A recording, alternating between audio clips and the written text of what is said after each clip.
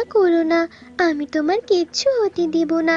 আমি কলা বাগান থেকে কলা বাজারে বিক্রি করে যে টাকা পাবো সে টাকা দিয়ে তোমার চিকিৎসা করাবো। তুমি একটু অপেক্ষা করো, আমি তোমার জন্য খাবার নিয়ে আসছি মা। টুনি রান্নাঘর থেকে খাবার এনে মিনুকে খাইয়ে দেয়।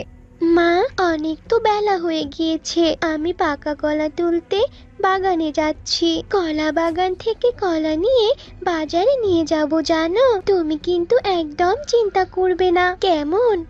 এসব বলে টুনি ঝুড়ি নিয়ে তার কলা বাগানে যায় আর পাকা কলা তুলে বাজারে নিয়ে আসে। কলা নিয়ে যাও কলা, পাকা পাকা মিষ্টি কলা, মিষ্টি মিষ্টি পাকা পাকা কলা। এসো এসো দাদারা দিদিরা, কলা নিয়ে যাও, তাড়াতাড়ি এসো, কলা নিয়ে যাও। এই টুনি, আমাকে দুহালি কলা দে তো, তোর বাগানের কলাগুলো খেতে তো বেশ মিষ্টি রে। আমার ছোট মেয়ে তো এই কলাগুলো ভীষণ পছন্দ করে। এই নাও দিদি। এই বলে বিউটি টাকা দিয়ে কলা নিয়ে যায়। এভাবেই আস্তে আস্তে টুনির সব কলা বিক্রি হয়ে যায়। সব কলা বিক্রি করা শেষে টুনি বলে, যাই মায়ের জন্য কিছু ঔষধ আর খাবার কিনে নিয়ে যাই, না জানি মা কেমন আছে।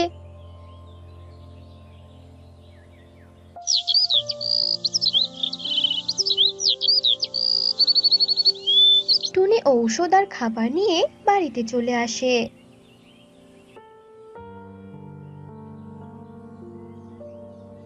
পরের দিন সকালবেলা টুনি আরো পাকা কলা বিক্রি করার জন্য বাজারে নিয়ে আসে। টুনিকে কলা বিক্রি করতে দেখে যোগু কাক বলতে থাকে, আরে আরে, এই টুনি তো দেখি কলা বিক্রি করে কামাল করে দিবে। আমাকে বসে থাকার জন্য খনিকা খুব বকে। না, আমি আর বসে থাকবো না। আমিও শহর থেকে কম দামি নষ্ট কলা কিনে এনে বাজারে বিক্রি করব। তখন কণিকার আমাকে বকবে না, আর আমরাও ধনী হতে পারবো। হা হা হা হা হা। যাই যাই, শহরে যাই।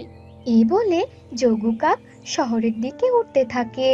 সে শহর থেকে কম দামে নষ্ট কলা কিনে আনে আর বাজারে টুনির পাশাপাশি বসে বিক্রি করতে থাকে।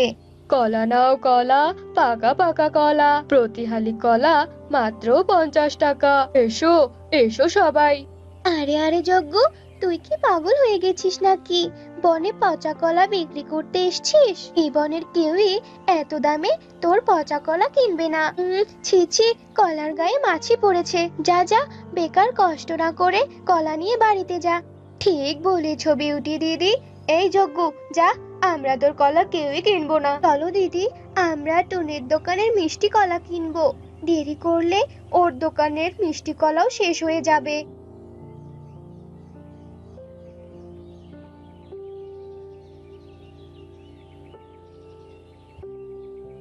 আমাকে অপমান করা, তাই না? আমারও জানা আছে কি করে এই পচা কলা বেশি দামে বনে বিক্রি করতে হবে। টুনি, আজ থেকে তোর জনপ্রিয়তা শেষ। এখন থেকে তো সবাই আমার কলা কিনবে। যা করার আমি আজ রাতেই করব। যজ্ঞ রাগ করে কলার ঝুড়ি নিয়ে বাড়িতে চলে আসে আর রাতে তার বুদ্ধিমত্ত দা হাতে নিয়ে টুনির কলা বাগানে চলে যায়। এরপর যজ্ঞ টুনির কলা বাগানের সব কলাগুলো কেটে ফেলে। আহা, আমার কাজ হয়ে গিয়েছে। যাই যাই, এখান থেকে বরং বাড়ি যাই। এই বলে যজ্ঞ তার বাড়িতে চলে আসে। পরের দিন টুনি তার কলা বাগানে যায় আর কলা গাছগুলো মাটিতে পড়ে থাকতে দেখে টুনি ভীষণ কাঁদতে থাকে। হায় হায় হায় রে, এই কি সর্বনাশ হলো! কে আমার এত বড় সর্বনাশ করলো! আমি আমি এখন কিভাবে আমার মায়ের চিকিৎসা করব? হে ঈশ্বর, কে এটা করলো? কে এটা করলো আমার সাথে? কে? কি রে মা, তোকে এমন দেখাচ্ছে কেন? আর আজকে কলা বিক্রি করতে যাবি না নাকি রে? মা গো, কে যেন আমাদের কলা গাছগুলো কেটে ফেলেছে। আজ থেকে আর কলা বিক্রি করতে যাব না মা, সব শেষ হয়ে গিয়েছে আমাদের। টুনির মুখে এই কথা শুনে মিনু অস্থির হয়ে ওঠে আর সে বিছানায় ছটফট করতে থাকে। মা, মা গো, এ কি হলো তোমার? তুমি এমন করছো কেন মা? মা, ও মা, আর দেরি করা যাবে না, এক্ষুনি ডাক্তার আনতে হবে। এরপর টুনি ডাক্তার ডেকে আনে। ডাক্তার মিনুকে চেক করে বলতে থাকে, তোমার মা আগের থেকে অনেক অসুস্থ হয়েছে, খুব তাড়াতাড়ি ভালো চিকিৎসা না করালে ওনাকে বাঁচানো যাবে না। কলা বাগানের কলার শোকে থাকলে চলবে না, মাকে আমার বাঁচাতেই হবে। না, আমি গাছ খুঁজতে আজ বনে যাব। অন্যের বাসায় কাজ করে সেই টাকা দিয়ে মাকে সুস্থ করতেই হবে। এরপর টুনি কাজের উদ্দেশ্যে রওনা দেয়। এদিকে টুনি কলা বিক্রি করতে বাজারে না আসার কারণে সবাই যজ্ঞুর কলাগুলো বেশি দামে কিনে নেয়। যজ্ঞ মনে মনে হাসে আর বলতে থাকে, হা হা হা, বেচারা টুনি, এবার আমি হব ধনী রে। এখন কণিকা আর আমাকে কোনোদিনও বকবে না, বরং আমাকে অনেক ভালোবাসবে। এদিকে দুদিন কেটে যায় আর টুনিকে বনের কেউই কাজ দেয় না। টুনি বনের রাস্তা দিয়ে উঠতে থাকে আর একা একা বলতে থাকে, কেউ কেউ আমাকে কাজ দিচ্ছে না। এবার মনে হচ্ছে আমার মা বিনা চিকিৎসায় মরে যাবে। হে ঈশ্বর, তুমি আমাকে সাহায্য করো। ঈশ্বর, তুমি আমাকে সাহায্য করো। টুনির এমন কান্না দেখে একটা তান্ত্রিক টুনিকে ডাকে আর বলতে থাকে, কি ব্যাপার রে মা, তুই এভাবে কাঁদতে কাঁদতে কোথায় যাচ্ছিস? কি হয়েছে তোর? বল আমাকে, বল। এরপর টুনি তান্ত্রিককে সব কথা খুলে বলে এবং তান্ত্রিক বলে, ও আচ্ছা, তোর মায়ের প্রতি এত ভালোবাসা দেখে আমি অবাক হয়েছি রে। আর কাঁদিস না, শান্ত হ, আমি তোকে সাহায্য করব। শোন রে মা, এই বনের উত্তরে যে পাহাড়টা আছে, ওই পাহাড়ের পিছনে একটা মরা গাছ আছে। ওই মরা গাছে লাল কলা আছে। ওই লাল কলা এনে তুই তোর উঠোনে রোপণ করবি। ওই লাল কলা থেকে যে কলা গাছ হবে, সেই কলা গাছে সোনার কলা হবে। বুঝেছিস? এখন যা তো, আর দেরি করিস না মা।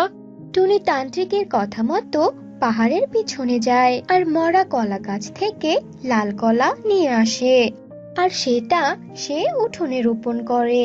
পরের দিন সকালবেলা টুনি ঘুম থেকে উঠে দেখতে পায় লাল কলার জায়গায় অনেক বড় একটা কলা গাছ আর সেই কলা গাছে সোনার কলা ধরে আছে। আমি কি দেখছি? তবে তো তান্ত্রিক বাবার কথাই ঠিক হলো। তান্ত্রিক বাবা, আপনাকে অনেক ধন্যবাদ। এবার আমি এই সোনার কলা বিক্রি করে আমার মাকে সুস্থ করে তুলবই তুলবো। এরপর টুনি কয়েকটা সোনার কলা বাজারে নিয়ে যায় বিক্রি করতে। টুনি সোনার কলা বিক্রি করে বাড়িতে চলে আসে। মা, ও মা, আমার কাছে অনেক টাকা আছে। চলো চলো, তোমাকে হাসপাতালে নিয়ে যাব। এবার তুমি একদম সুস্থ হয়ে যাবে। এরপর টুনি মিনুকে হাসপাতালে নিয়ে আসে আর মিনুর ভালো চিকিৎসা করায়। ভালো চিকিৎসা করার ফলে মিনু একদম সুস্থ হয়ে যায়। এভাবে বেশ কিছুদিন কেটে যায়। সোনার কলা বিক্রি করে টুনি তো অনেক ধনী হয়। আর এদিকে যজ্ঞ কাক তার বাড়িতে একা একা বলতে থাকে, এই টুনি তো দেখছি কোনো কাজই করে না, তাহলেও কিভাবে এত ধনী হচ্ছে? আমি তো এসবের কিছুই বুঝতে পারছি না। না না, আজ লুকিয়ে টুনির সব কাজকর্ম আমাকে দেখতেই হবে। ও, তাহলে এই ব্যাপার, সোনার কলা বিক্রি করে টুনি ধনী হচ্ছে। হা হা হা, আমার নজর পড়েছে এই কলার ওপর। আজ তো এগুলো সব আমি চুরি করব আর বনের সকলের কাছে বিক্রি করে অনেক ধনী হব। না না, এখন তো কেউ নেই, এখন কলাগুলো চুরি করে এখান থেকে কেটে পড়ি। এসো এসো, নিয়ে যাও নিয়ে যাও সোনার কলা। একটা কলা 1,00,000 টাকা। এসো সবাই, এসো এসো। দেখি দেখি সোনার কলাগুলো কেমন। আমি একটা সোনার কলা নিব। হ্যাঁ হ্যাঁ, আমিও নেব। দেখাও দেখাও। আরে হ্যাঁ, সত্যি সত্যি সোনার কলা। আগে সবাই টাকা দাও, তারপর সবাইকে একটা একটা করে সোনার কলা দিব। আরে, এগুলো তো সব ছাই। সোনার কলা কোথায়? এই ভণ্ড আমাদের ঠকানোর প্ল্যান করেছে, আরো সবাই একে। এই বলে সবাই যজ্ঞ কাককে মারতে থাকে। মার খেতে খেতে যজ্ঞ সেখান থেকে পালিয়ে যায়। আর এদিকে কালো ছাইগুলো সবার চোখের আড়ালে সোনার কলা হয়ে যায় আর আবারও নিজস্ব কলা গাছে ফিরে আসে। এভাবে যজ্ঞ কাক তার অন্যায়ের শাস্তি পায়। আর এদিকে টুনি তার মাকে নিয়ে সুখে শান্তিতে বসবাস করতে থাকে। তো বন্ধুরা, আমাদের আজকের গল্প আপনাদের কাছে কেমন লাগলো তা অবশ্যই কমেন্ট করে জানাবেন। এক বনে মিনু টুনটুনি তার একমাত্র ছেলে টোনাকে নিয়ে থাকতো। মিনু টুনটুনির ছিল প্রচন্ড টাকার লোভ। অনেক টাকার লোভে মিনু টুনটুনি টোনাকে 4বার বিয়ে দেয়। এরপর কই আমার বাড়ির মহারানীগুলো কই? আমার ছেলে যে কাজে গেছে, এটা কি কারো খেয়াল আছে? ঘরে কি আজ কোনো খাবার রান্না হবে না? কি গো বড় বউ, কোথায় গেলে? মিনু টুনটুনির কথা শুনে বড় বউ টুনি মিনু টুনটুনির ঘরে ঢোকে আর বলে, আমাকে ডাকছেন মা? আমি তো থালা বাসন মাজতে ব্যস্ত ছিলাম, তাই আমি শুনতে পাইনি মা। তা বলুন, কেন আমাকে ডাকছেন? এই যে এই নাও, এই চালটুকু নাও, এগুলো দিয়ে আজকে রান্না করবে। কিন্তু খবরদার বৌমা, আমাকে না বলে চুপি চুপি কিন্তু এক মুঠো চাল দেবে না, বুঝেছো? এ কথা বলে মিনু টুনটুনি টুনিকে চাল দিয়ে সেখান থেকে চলে যায়। আর টুনি চাল নিয়ে রান্নাঘরে চলে যায়। কই রে, কোথায় গেলি তোরা? মুন্নি, কণিকা, বিউটি, এদিকে আয় তোরা, আমাকে একটু রান্নার কাজে সাহায্য কর। টুনির ডাক শুনে মুন্নি, কণিকা আর বিউটি রান্নাঘরে চলে আসে আর টুনিকে রান্নার কাজে সাহায্য করতে থাকে। 4 বউ মিলে রান্নাঘরে হাসি মজাতেই রান্না করতে থাকে। এদিকে মিনু টুনটুনি তাদের এত হাসি শুনে রান্নাঘরে চলে আসে আর বলতে থাকে, বাহ, হায় রে, এ কোন কুলক্ষীদের আমি ছেলের বউ করে এনেছি।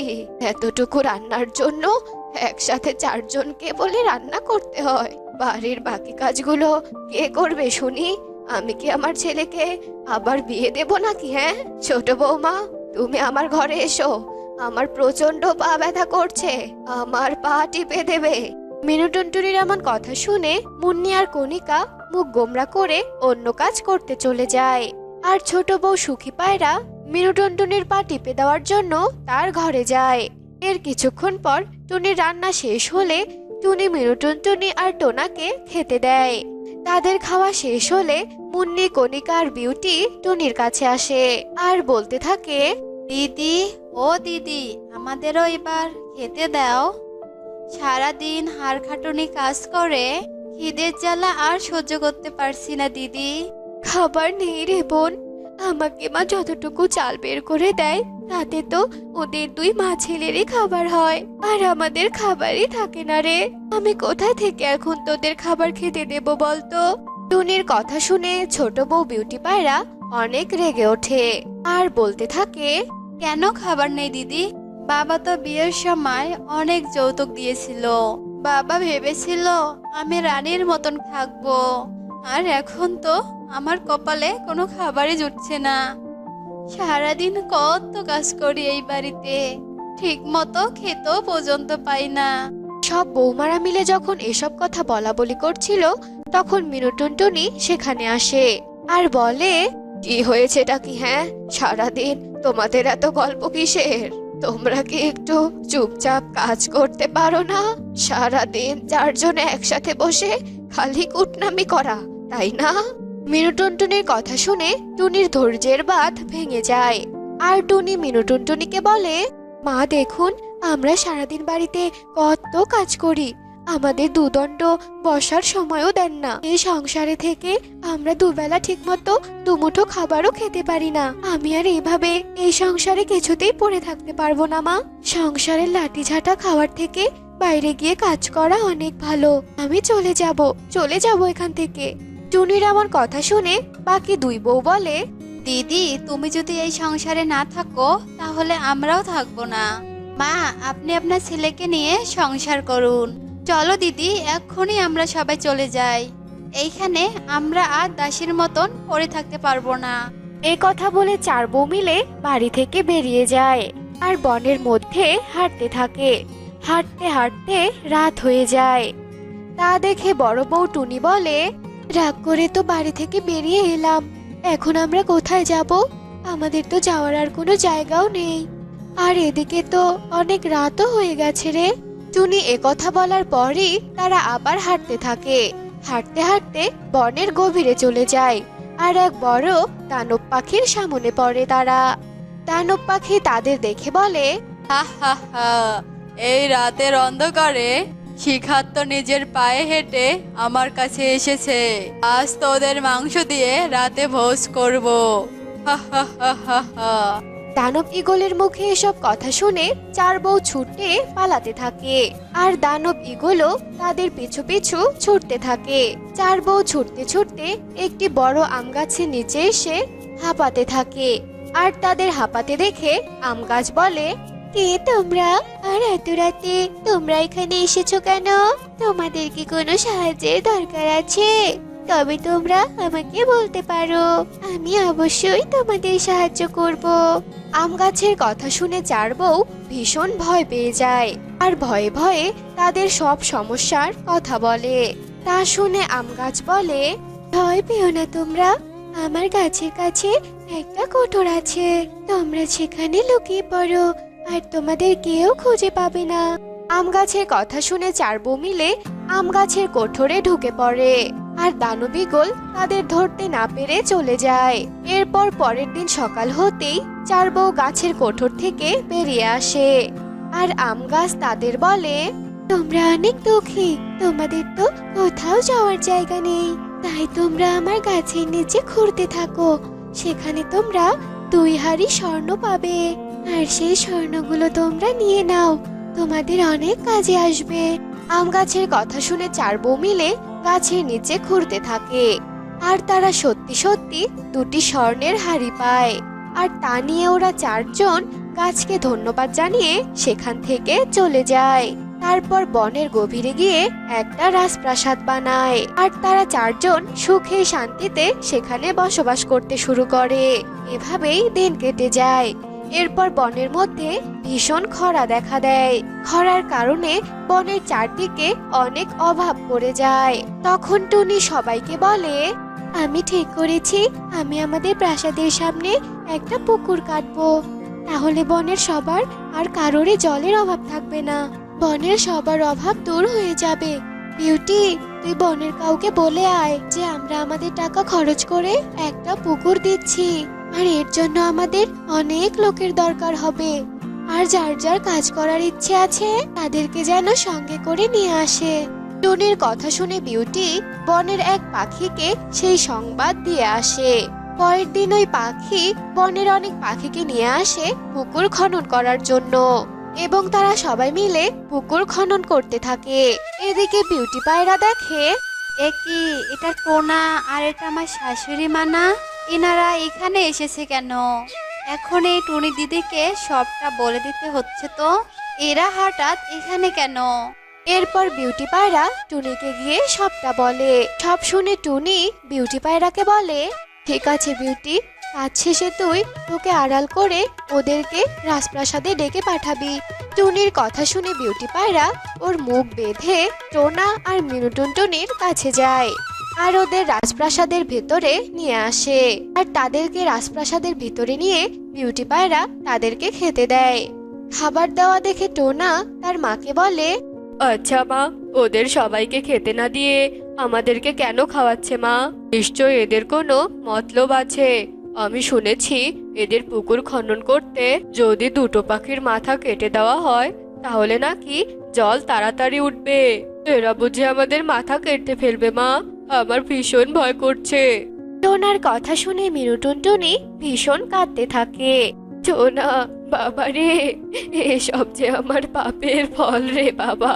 আমি যদি আমার লক্ষ্মীর মতো বউদের তাড়িয়ে না দিতাম তবে এত তাড়াতাড়ি আমাকে জীবন দিতে হতো না। চার বোন নিশ্চয়ই আমাদের অনেক অভিশাপ দিয়েছে, তাই ওদের অভিশাপের ফলে আজ বুঝি আমাদের মাথা কাটা যাবে রে বাবা। মিনুটুনটুনি যখন এসব কথা বলছিল তখন বিউটি পায়রা টুনিকে ওড়না দিয়ে মুখ বেঁধে ভেতরে নিয়ে যায়। টোনা আর তার মা ভেতরে গিয়ে দেখে আরো 3জন মুখ বেঁধে ভেতরে বসে আছে। তা দেখে মিনুটুনটুনি হাঁটু বেঁধে তাদের সামনে বসে পড়ে। মা, ও মা, আমাদের ক্ষমা করে দাও মা, আমি আর কারোর সাথে কোনো অত্যাচার করব না। আমি জানি এগুলো আমার কর্মের ফল। আমি যে আমার 4 বৌমার সাথে অনেক অন্যায় করেছি। মা ঠিকই বলেছে, আপনারা আমাদের ক্ষমা করে দিন। আসলে আমার 4 লক্ষ্মী বউ অনেক ভালো ছিল। ওরা চলে যাওয়ার পরে আমাদের সংসারে অভাব চলে আসে। এরপর আমি আমার বউদের অনেক খুঁজেছি, কিন্তু কোথাও তাদের খুঁজে পাইনি। তারা যে এখন কোথাও চলে গেছে সেটাই তো জানি না। এসব কথা শুনে টুনি ওড়নার ভেতর থেকে বলে ওঠে, কে বলেছে আমরা আপনাদের মাথা কেটে দেব? আপনারা যে নিজেদের ভুল নিজেরা স্বীকার করেছেন এটাই অনেক। আপনারা আপনাদের কর্মের সাজা পেয়েছেন। জানো, আমার 4 বউয়ের কথা আজ আমার অনেক মনে পড়ছে। তারা যদি ফিরে আসতো আমি তাদের কাছে ক্ষমা চাইতাম। মিনু টুনটুনির কথা শুনে 4 বউ মুখ থেকে ওড়না সরিয়ে ফেলে। আর 4 বউকে দেখে মিনু টুনটুনি আর টোনা অনেক অবাক হয়ে যায় আর তাদের কাছে ক্ষমা চায়। আর 4 বউ তাদেরকে ক্ষমা করে দেয়। এরপর থেকে মিনু টুনটুনি, টোনা আর 4 বউ মিলে অনেক সুখে শান্তিতে বসবাস করতে শুরু করে। তো বন্ধুরা, আমাদের আজকের এই গল্পটি তোমাদের কাছে কেমন লেগেছে তা কমেন্টে জানাতে ভুলো না কিন্তু। ও মিনু মাসি, শুনছো গো? এদিকে শুনে যাও। এত তাড়াহুড়ো করে কোথায় ছুটছো শুনি? এদিকে এসো, একটা ভালো সুখবর আছে। হয়েছেটা কি? এত সকাল সকাল চিৎকার চেঁচামেচি করে ডাকছো কেন? হ্যাঁ, আমার কানের পোকাগুলো মারবে নাকি? হ্যাঁ মাসি, তোমার ছেলে টোনাকে কি বিয়ে দেবে না? আমার হাতে একটা ভালো পাত্রী আছে গো। ওই যে আমার ননদ আছে না, ওই ননদের জায়ের মেয়ের বাবার কিন্তু বিশাল সম্পত্তি। ওই মেয়েকে তোমার ছেলের বউ বানালে তুমি তো রাজরানী হয়ে যাবে গো। তাই নাকি কাকুলি? তুমি সত্যি বলছো? তাহলে তো ওই মেয়েকেই আমার ছেলের বউ বানিয়ে আনবো। কোথায় মেয়ের বাড়ি? আমাকে এক্ষুনি নিয়ে চলো। সে না হয় নিয়ে যাবো মাসি, তবে একটা সমস্যা আছে। মেয়ে কিন্তু একটু কালো। তোমার ছেলে কি তাকে পছন্দ করবে? তোমার ছেলে টোনা তো বেশ সুদর্শন। সে মেয়ে যাই হোক না কেন, আমার ছেলে আমার ভীষণ বাধ্য। ও আমার পছন্দকে নিশ্চয়ই অপছন্দ করবে না। মিনুর কথায় কাকুলিও বেশ খুশি হয়। এরপর কাকুলির জায়ের মেয়ে টুনির সাথে মোটা অঙ্কের যৌতুকের বিনিময়ে টোনার বিয়ে হয়। টুনি ছিল একটু শ্যামবর্ণের, কিন্তু শ্যামবর্ণের হলে কি হবে? টুনি ছিল খুবই শান্তশিষ্ট আর লক্ষ্মী একটা মেয়ে। অন্যদিকে টুনির শাশুড়ি মিনু ছিল যেমনি লোভী অমনি কিপ্টে। একদিন সকালবেলা, আহা, আমার এত টাকা! ছেলেকে বিয়ে না দিলে তো আমি এত টাকা চোখেই দেখতে পেতাম না। কোথায় রাখি? হ্যাঁ, আপাতত আলমারিতেই রেখে দেই। এসব কথা বলে মিনু টাকাগুলো আলমারিতে রেখে দেয়। আর তখনই টুনি সেখানে চলে আসে। মা, আজ সকালে কি রান্না করব মা? কি আবার রান্না করবে? ঘরে তো আলু আছে, সেগুলোই ভর্তা করো। সকালে আবার মাছ মাংস খেতে হয় নাকি? হ্যাঁ। মিনু যখন এসব বলছিল, এমন সময় মিনুর চোখ যায় টুনির গলার হাড়ের উপর। হাড়টি স্বর্ণের হওয়ার কারণে চকচক করছিল। বৌমা, তোমার গলার হাড়টি তো দেখছি ভীষণ সুন্দর। কেমন চকচক করছে। তবে বৌমা, এমন স্বর্ণের হার পরে থাকতে নেই। আশেপাশে তো আর চোরের অভাব নেই, তাই না? বলো। দাও, তুমি আমাকে হারটি দিয়ে দাও। এসব কথা বলে মিনু টুনির গলার হারটি খুলে নেয়। আর টুনি শাশুড়ির এমন আচরণে কিছুই বলতে পারে না। এভাবেই দিন কাটছিল।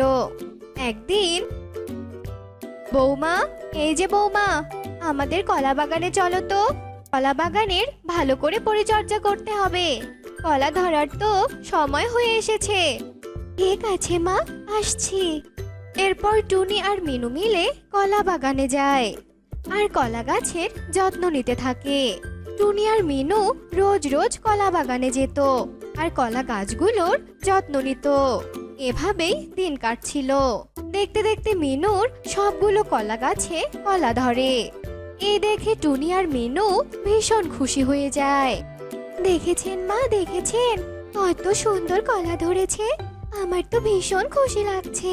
কদিন পরে তো কলাগুলো পেকে যাবে আর আমরা কলা বিক্রি করে অনেক লাভবান হব মা।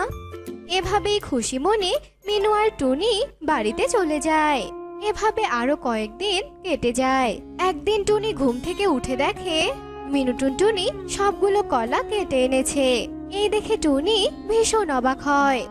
এ কি মা, আপনি এভাবে কাঁচা কলাগুলো পেড়ে নিয়ে এসেছেন কেন? এগুলো তো এখনো পাকেইনি। আস্তে কথা বলো বৌমা, আস্তে কথা বলো, আশেপাশের পাখিরা তো শুনতে পাবে। শোনো, আমি এগুলোতে ঔষধ মিশিয়ে দেব। তুমি দেখবে এগুলো দুদিনের মধ্যে অনেক পেকে যাবে আর আমরা খুব তাড়াতাড়ি টাকার মালিক হব। বুঝতে পেরেছো? আপনি এসব কি বলছেন মা? এটা তো অন্যায়। ঔষধ মেশানো কলা খেলে পাখিদের তো অনেক ক্ষতি হতে পারে। এত লোভ করবেন না মা। শোনো বৌমা, এত জ্ঞান দিতে এসো না, বুঝেছো? তোমার এত জ্ঞান আমি শুনতে চাইনি।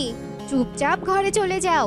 আর শোনো, দয়া করে তোমার মুখটা বন্ধ রেখো, বুঝতে পেরেছো? এসব বলে মিনু চলে যায় আর টুনিও কিছু বলে না।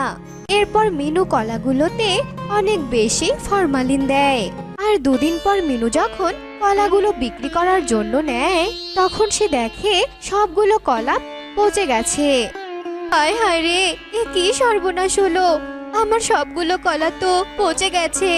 গেল গেল গেল গো, আমার সব গেল। আমার সব কলা জলে ভেসে গেল গো, ভেসে গেল। মিনুর এমন কান্না শুনে সেখানে টুনি চলে আসে। দেখেছেন মা, আপনার লোভের ফল। আপনি এত বেশি ফরমালিন দিয়েছেন যে সব কলাগুলোই পচে গেছে। এবার হলো তো। মিনু ছেলের বউয়ের এমন কথা শুনে নিজের কপাল চাপকাতে থাকে। এমন সময় টোনাও মন খারাপ করে বাড়িতে আসে। আর টোনা বলে, মা, আজ আমার চাকরিটা চলে গেছে মা। আমি যে বেকার হয়ে গেলাম। এইদিকে কলা পচে গেছে, অন্যদিকে টোনার চাকরি চলে গেছে। সব শুনে মিনু টুনটুনির বেহাল দশা। সব দিক দিয়ে যেন মিনু নিঃস্ব হয়ে গেল। মিনুর জমানো যা টাকা ছিল সব শেষ হয়ে যায়। এখন তাদের চারদিকে শুধু অভাব বিরাজ করছে। একদিন টুনি পুকুর পাড়ে ক্ষুধার জ্বালায় কান্না করছিল। হে উপরওয়ালা, হে তুমি কোন লোভী শাশুড়িকে আমার কপালে ফেলেছো? আমার শাশুড়ির লোভে যে আমরা আজ নিঃস্ব হয়ে গেছি। আমার যে খুব খিদে পেয়েছে। টুনি যখন এসব বলে কাঁদছিল তখনই সেখানে একটা নীলপরি চলে আসে আর টুনিকে বলে, আমি জানি তুমি কেন কাঁদছো, তবে আর কেঁদো না। আমি এখনই তোমার সব কষ্ট দূর করে দিচ্ছি। এই নাও, এই কলা গাছটা নাও। এই কলা গাছটা তোমার বাড়ির আঙিনায় রোপণ করবে। আর এই নাও জলের শিশি।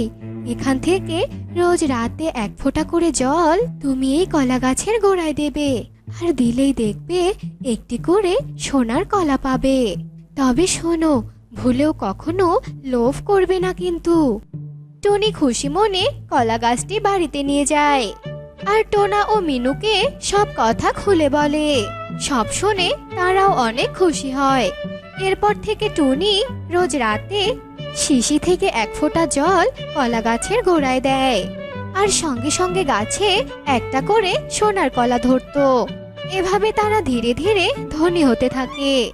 এরপর একদিন, বলছি কি বৌমা, এভাবে রোজ একটা করে সোনার কলা নিলে তো আমাদের কিছুই হবে না বলো? তার থেকে চলো সব জলগুলো আমরা কলার গাছের গোড়ায় ঢেলে দেই, তাহলে অনেকগুলো সোনার কলা পাবো। না মা, আপনাকে আমি আর কতবার বলবো যে বেশি লোভ করবেন না আপনি। মা, টাকা পেয়েছি এটাই অনেক, একদম লোভ করবেন না মা। এসব কথা বলে টুনি চলে যায়। কিন্তু এত কিছুর পরেও মিনু শান্ত হতে পারেনি। তার লোভ কিছুতেই কমে না। রাতে যখন সবাই ঘুমিয়ে পড়েছিল তখন মিনু চুপি চুপি সবগুলো শিশির জল কলা গাছের গোড়ায় ঢেলে দেয় আর সঙ্গে সঙ্গে কলা গাছে আগুন ধরে যায়।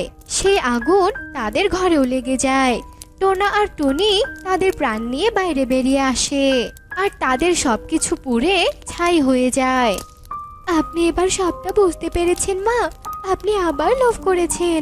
এখন সব হারালাম আমরা। তবে আমি আপনার মতো লোভী শাশুড়ির সাথে আর এক মুহূর্তও থাকবো না। দাঁড়াও টুনি, আমিও থাকবো না এখানে, আমিও শহরে চলে যাব। এই বলে তারা দুজন চলে যায়। আর মিনু ছেলে আর ছেলের বউকে কিছুতেই আটকাতে পারে না। আর মিনু হায় হায় করতে থাকে।